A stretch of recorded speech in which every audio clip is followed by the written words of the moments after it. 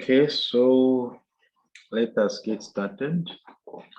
So far, we have demonstrated how to use the forward contracts, how to use the money market hedge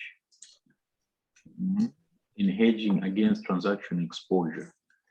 And in the last class, we started the discussion on currency futures. So what we want to do in this class is look at the hedging methods that we have covered, which are in this question, and apply them.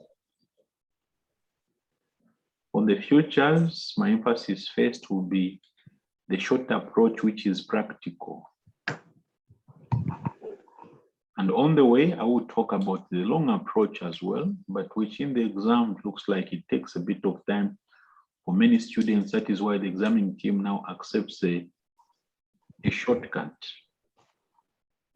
Yeah. Then I'll later present some slides where I'll look at some of those administrative aspects of futures that we discussed. We'll see how far we go on that particular item. Okay, so I have captured the portion of the question that we need. The portion of the question that we need is here. It is expected that L will receive 20 million euros in 3 months' time from the sale of its investment.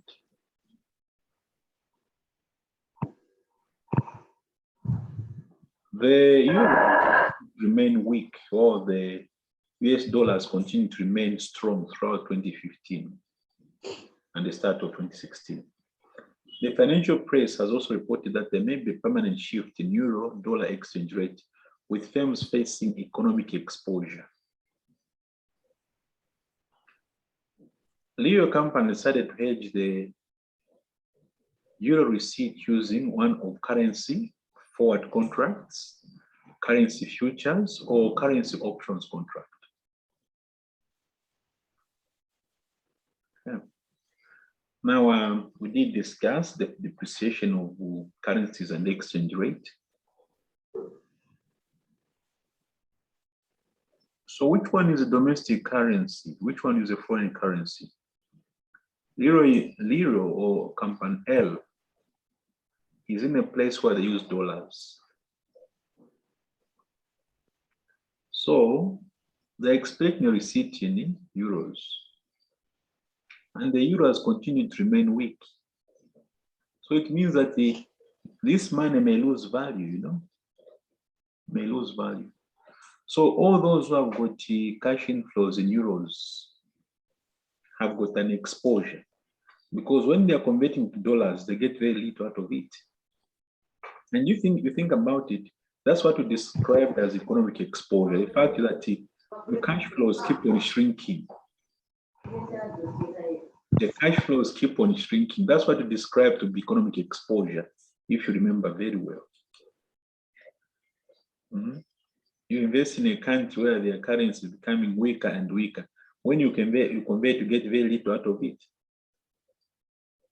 Or you're dealing with a country like the Japanese company spoke about, you're dealing with a country in Zambia, where the Zambian kwacha depreciates, and people from there, they find it very difficult to access dollars to buy cars.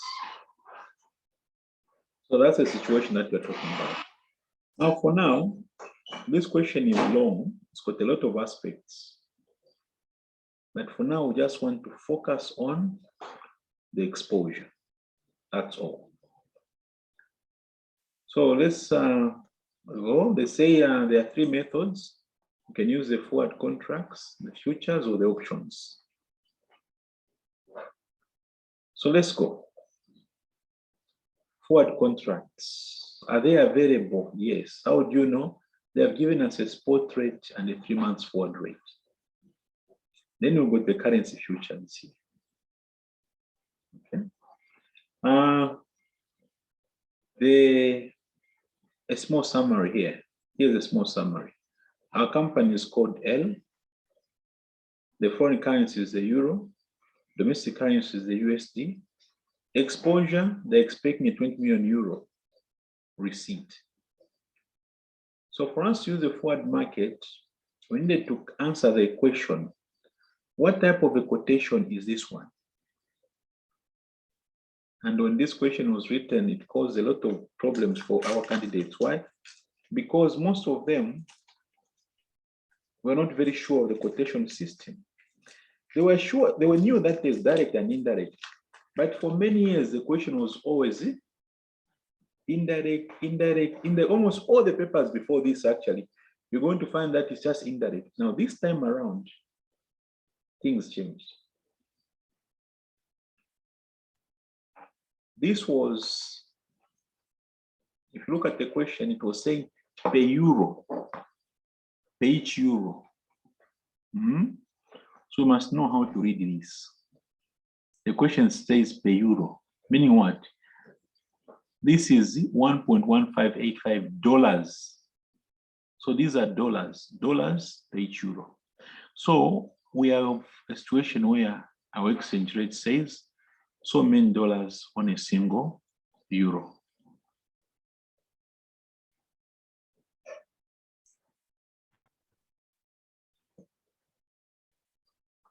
So many dollars on a single euro. Now, you're starting with your own local currency. So a quotation system which starts with your own local currency is what? Is what we call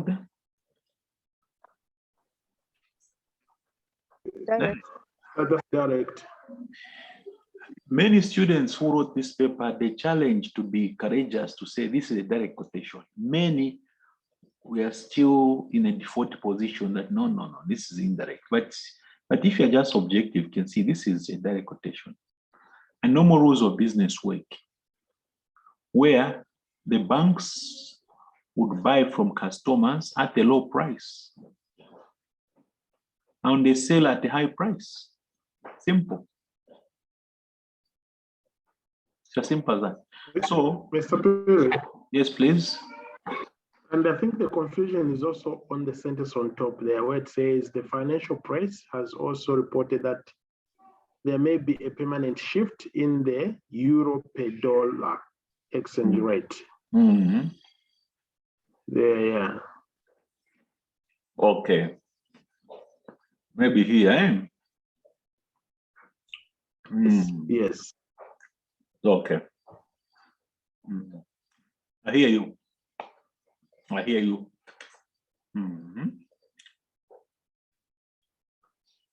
So now, with this in mind,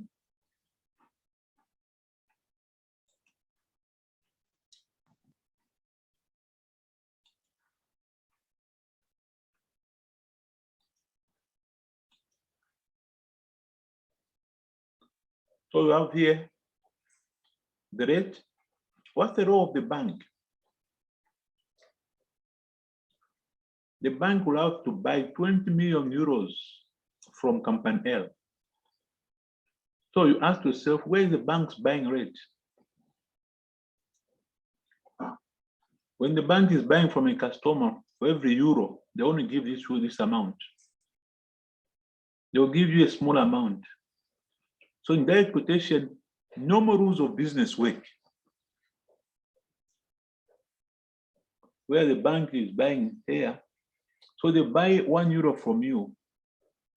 They sell to the next person there.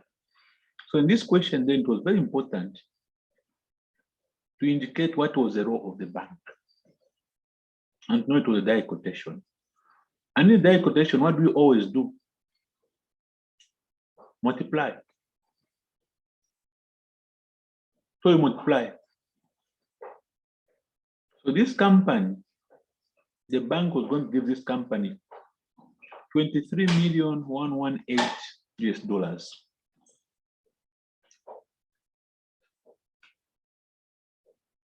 That's what they're going to give the company. So for these 20 million euros, if you give it to the bank will give you $23,118 in exchange.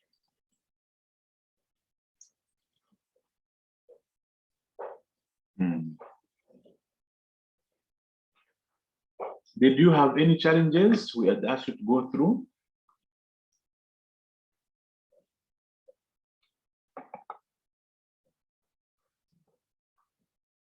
Okay. Now, I want us to read this information here. Let's read this information. We all must be experts in reading futures. These currency futures. I hope our Gilbert is in the house this evening. Gilbert, are you in the house? There's a dollar there. Quotation, these are euros on a single dollar. So forget about this. This story is over. This story is only for your forward contracts. That's the story. Now, this story here, they're explaining to us. So can somebody explain, what does this mean?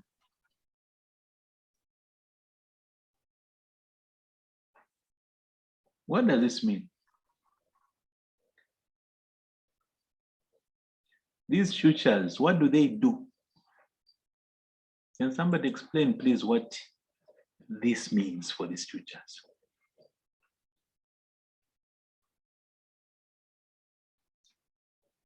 These futures give us an obligation to either buy or sell what? Dollars. Yes. Yes. These futures here are dollar futures. And this is another thing that confuses the students in this sitting, because traditionally don't have futures that are packaged in dollars. We don't have. But this time around, the examiner says, yes, the currencies can be anything. You can even use a hypothetical currency. But if you know the principles, you still apply the same principles. So these futures on this exchange were packaged in dollars, meaning that a person who goes there will take an obligation either to buy or sell dollars. Now, in your advice, you must tell the company, what should they do? Should they buy or sell dollar futures? What did we say? You go back to the basics. What was the date today again? The question had given us a date today. I know I didn't capture that myself, but somebody should have captured the date. What was the date today? 1st March. 1st March.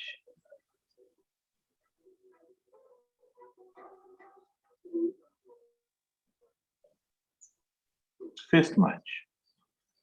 And when was this money coming? 3 months from now. Can somebody tell us, please count 3 months from 1st March takes me to when? May. Huh? May. I want a date in May. Is it 1st of May or 31st May? 1st May. 1st May. So, can I say that this is 1st of June? Is it okay if I put that way as well? Yes. Good. Now tell me, what will happen on this day? Our company is going to receive how much?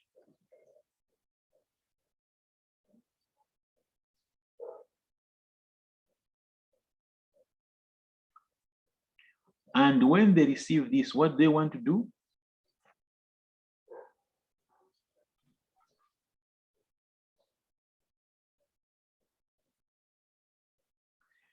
However, when we come to futures, what currency should we be talking about? $1. What you have written here is correct. What is you have written is very correct. There's nothing wrong. But we say, please, can you express the same? Now talk in terms of dollars. Why? It's because the derivative that we are going to use is in dollars. The derivative that you are going to use is in dollars. So let's talk about the dollar. So what are you going to do with the dollar here? People, let's go. When you receive 20 million euros, what are you going to do? With the 20 million dollars? I don't want to convert, I want to buy or sell. So Buy dollars. The bank you there's no bank, there's no bank. There's no bank, there's no bank here. You say there's no bank. There's no bank. Oh, don't bring the bank. Let us just go now. You enter the futures market to sell the euro, the 20 million euro. Gilbert. I want you forget about everything. Let's start here first of all. We have agreed that we are going to receive how much on 1st of June? 20 million euros. And basically you want to sell your euros. It's okay. We have understood that once you receive this money, you want to sell it so that you can receive the dollars. But now we are saying, so if you're going to forget about the euro, what are you going to be doing to the dollar yourself? What will you be doing?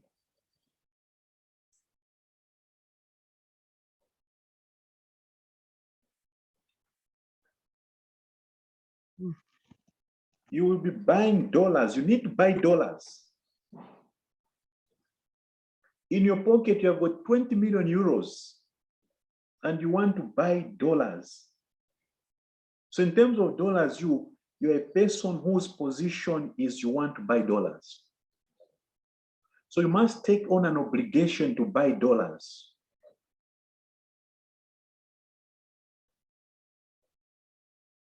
So you must take an obligation. So what you need is an obligation to buy dollars. Enter into a contractual obligation to buy dollars.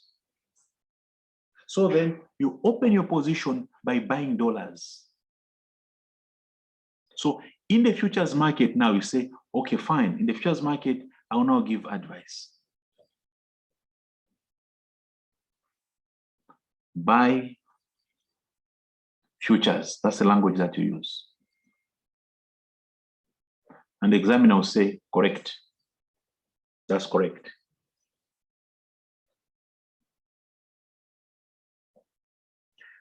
There are two futures. There are those that expire in March and those that expire in June. Which one are you going to go for yourself?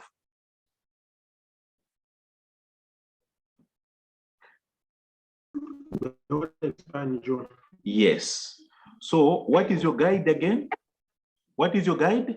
Your guide, you say, I want the futures that expire after what?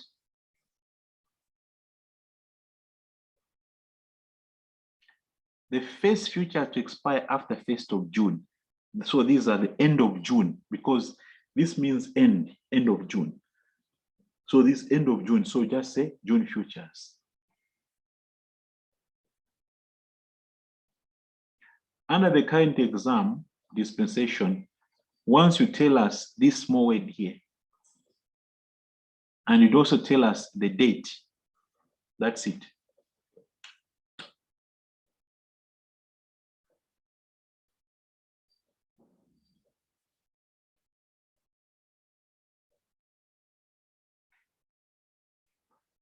So let's repeat that. Let's repeat that. We have a company with a situation. They have an exposure.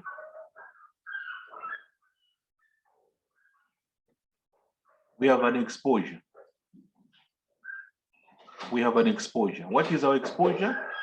Today is 1st of March.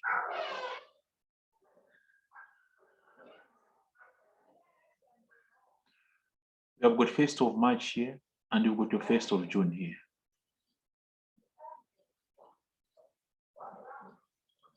So here we are. we have an exposure, we have a problem. The problem you have is that this euro is becoming weak and weak and weak. This euro is becoming weak and weak. That's the risk that we have.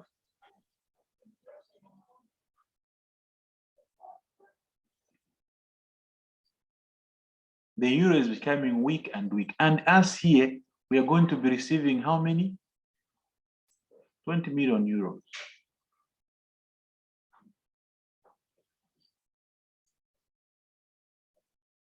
That's what we'll be receiving.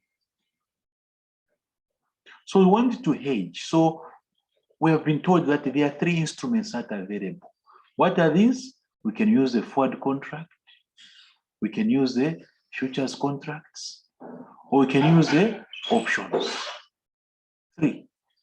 And we've just demonstrated how much you are going to receive if you use the forward contract. Now, we want to hedge using futures. So for you to hedge using futures, we do 2 things. Number 1, in futures, we buy and sell futures. And we hope that through buying and selling, the profits that we make in the futures can help us cover some of the expenses in the cash market. So then we want to hedge this position. So what do? We now want to create a hedge, a futures hedge.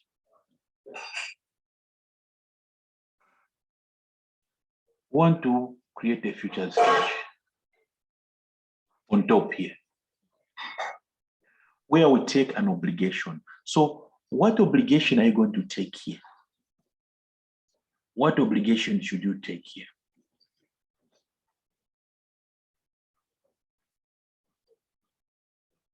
The answer is, that is determined by what you'll be doing here. That's what determines the whole story. So here we have seen that our company, in terms of dollars, they will be buying dollars. They'll be buying dollars. So this, it gives us a clue that what you need then is you take on an obligation to buy your dollars here. So in the language of futures, you say you buy the futures. Which futures? Buy the June futures. Those that expire in June. Then you have given the advice. And it's all over. So what you must do is look at the Mr. Perry, just a minute. Just a minute. If here the 125,000 contract, the size of that contract, if it was in another currency, would have said that we are buying that currency future, the future of that currency, isn't it? Instead of dollar. So that means what currency you're buying is that one, the size of the contract, isn't it? This is what determines everything. Okay. This is what determines everything. These futures create an obligation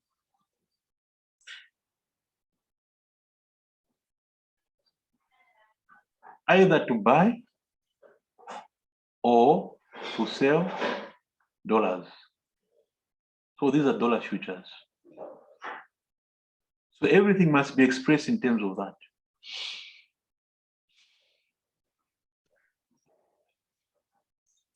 Okay. I'll give you another question so that we can try again this exercise. I'll lead you to another question so that you can again try this exercise.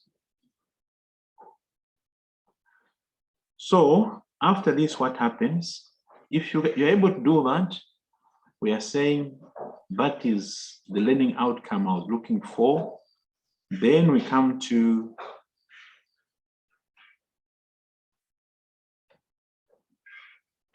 so here we are.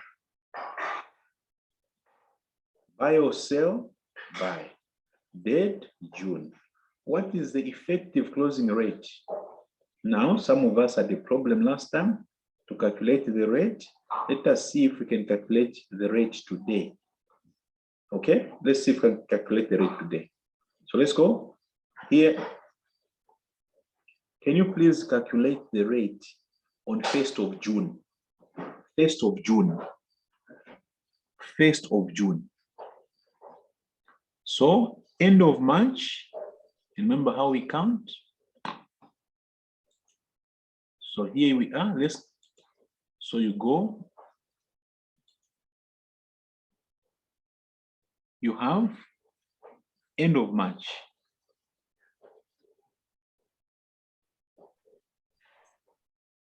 End of April.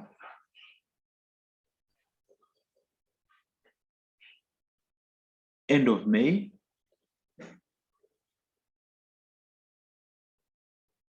End of June. And here 0.8638. Here 0.8656. So at this point here, so you can see what's happening, 38.56. So this is increasing. And this is movement number 1, movement number 2, movement number 3.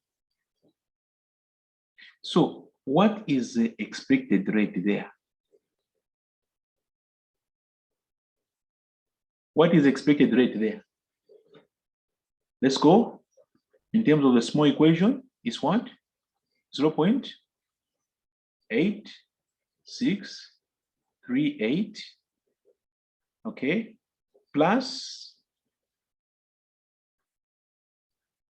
let's go, 0.8656 minus 0.8638 divided by 3. From here to there, how many months are there? There to there. How many months are there? 2 months. 2 months.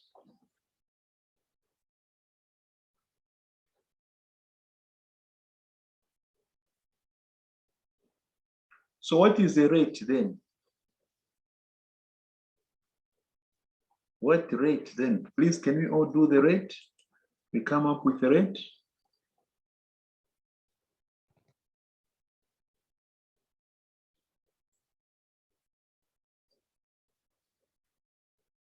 What is the rate? 0.865.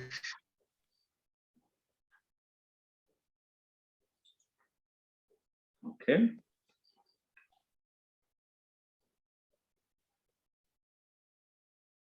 That one there. That one there.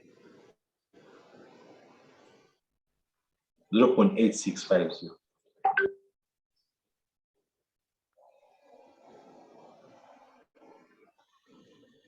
After you've calculated that one, the examiner wants you to show the number of contracts. So you take your 20 million euros divided by 0.8650 divided by the size of the contract, 125. So we've got 184.97,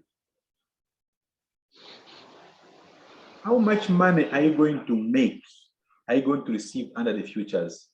It's the 20 million divided by that figure there.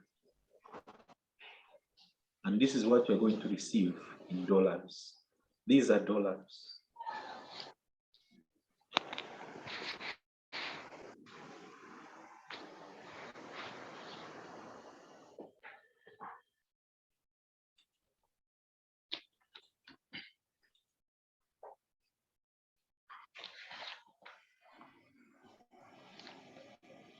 Within the time that is allotted in the exam, this is a practical thing that you can do. So some of you are saying, but why are you making that statement?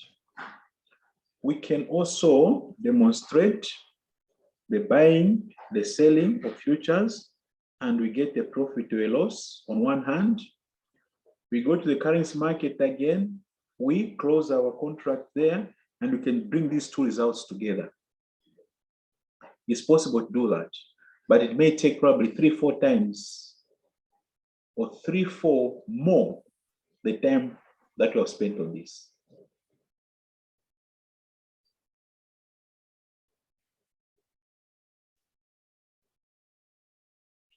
So let's ask the question. Looks like the problem was on the buying. I think this step here, that's what I see. Most of us were not very happy. The buying. Here. Yeah, Mr. Piri, I think I don't want to learn this thing mechanically, yeah? In the sense that I would want to know when you're opening the position in the futures market. Is it that you need to look at the currency that has been quoted on the contract sizes vis-a-vis the currency that you are expecting to receive or to pay?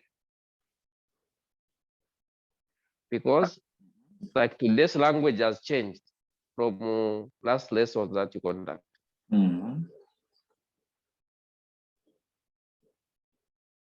Last lesson, the contract size was in a foreign currency. Today's lesson, the contract size is quoted in the domestic currency. And last week's lesson, we were entering the futures market by selling. Were we selling? I think we were selling, yes. The buying and selling can be anything, because remember, this is a receipt. That was a payment already. So the two are different. Oh, yeah, sure. Yeah, for last week, we are discussing a payment, I think. And the contract size was quoted in the foreign currency. In CHF. Yeah, so I'm a bit stuck really now. Yeah. My expectation was that we were expecting a receipt. The principles will not change. The principles will always the same. In fact, the examiner can even use a hypothetical currency which doesn't exist. Y dollar and W dollar. That's very much possible. Some examination systems, they use just hypothetical currencies. Z dollar, Y dollar. But the principle will not change. The principle is these particular futures, what do they do? So if they put a dollar, it means that these futures, whoever comes here is going to take an obligation either to buy or to sell a dollar. Whether it's a real dollar or not, it doesn't change. The only thing is that once you find this, it means that these futures will give you an obligation either to buy or sell dollars. So you must tell yourself, what do I want to do with this myself? Then you go back to the currency market. Then you go back here and say, okay, fine. Let me see. So once I receive my 20 million, what do I want to do with this 20 million? Oh, I want to buy the dollars. Oh, okay. So I'm going to take on an obligation to buy.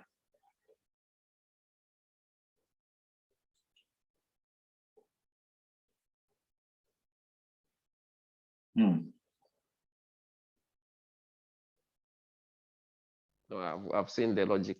You've seen the logic, eh? And once you see it, because it's a receipt. This time it's a receipt. It's a receipt. This time it's a receipt. Okay. Yes. Yeah. But even then, me, I want you to mark this one here.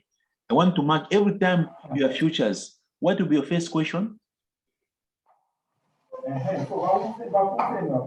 Each time you have got futures, what will be the first question?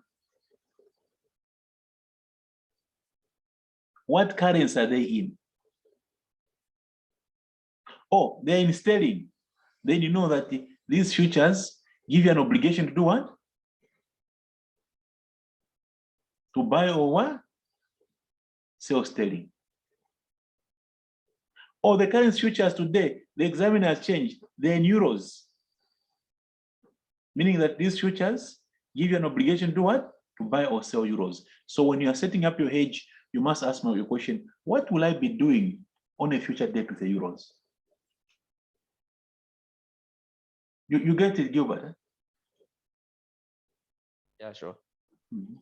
Whether it's a payment or a receipt, what you must mark is what currency are they in. That's what matters most. Like somebody also said that. Yeah. So you need another question to prove your understanding. Eh?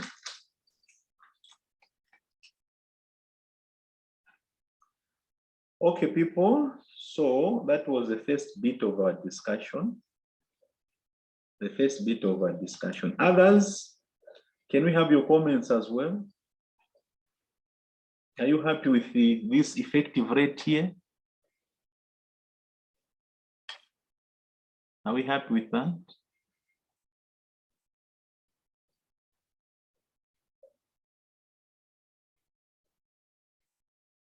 Okay. Yes. Okay. If that is all right for Mr. now, Piri, yes, please go ahead. I think I also need to be clear. Yeah. So regardless of, okay, regardless whether it's a payment or a receipt, we always have to look at the currency of the contract size to determine whether we are buying or selling. Yes. Yes. Okay.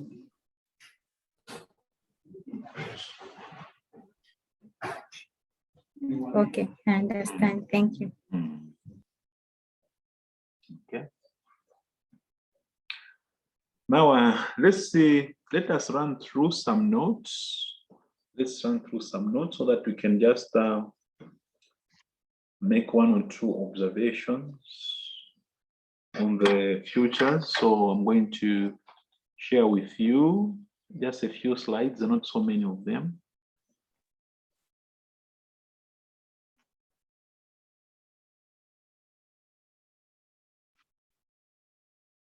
So let me share the slide so that we can reinforce a few more points.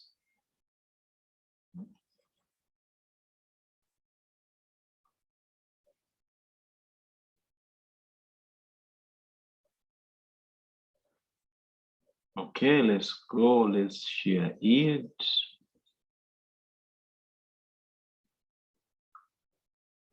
Let's go, where is this group? It's here, it's here, where is Sorry, it? Mr. Piri, before we go to the slide. Yes, please. The number of contracts, Yes. I've seen you are dividing there. So what determines there is the quotation system. The one, Is that exactly. so? What determines what we do under when finding the contract size is the quotation system. Okay. Fine. Indirect or direct? Is that what you mean?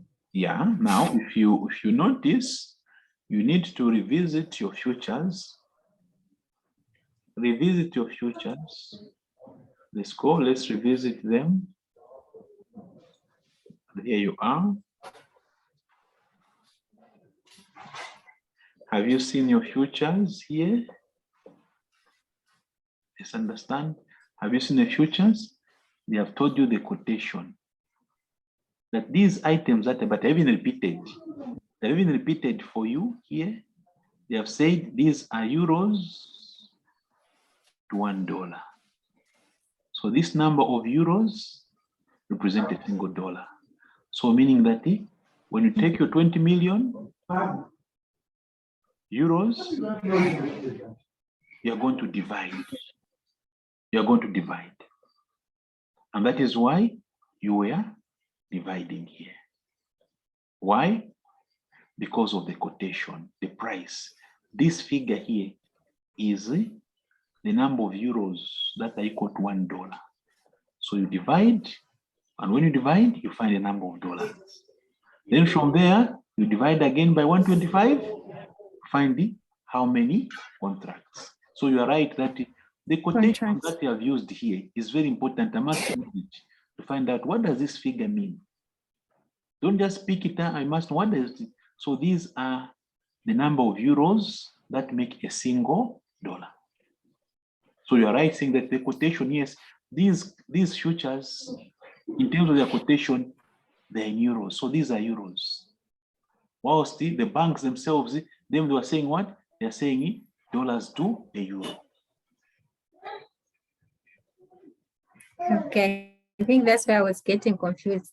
Okay. So in this question, we've been given two types of quotations. There's a direct and the indirect. Yeah.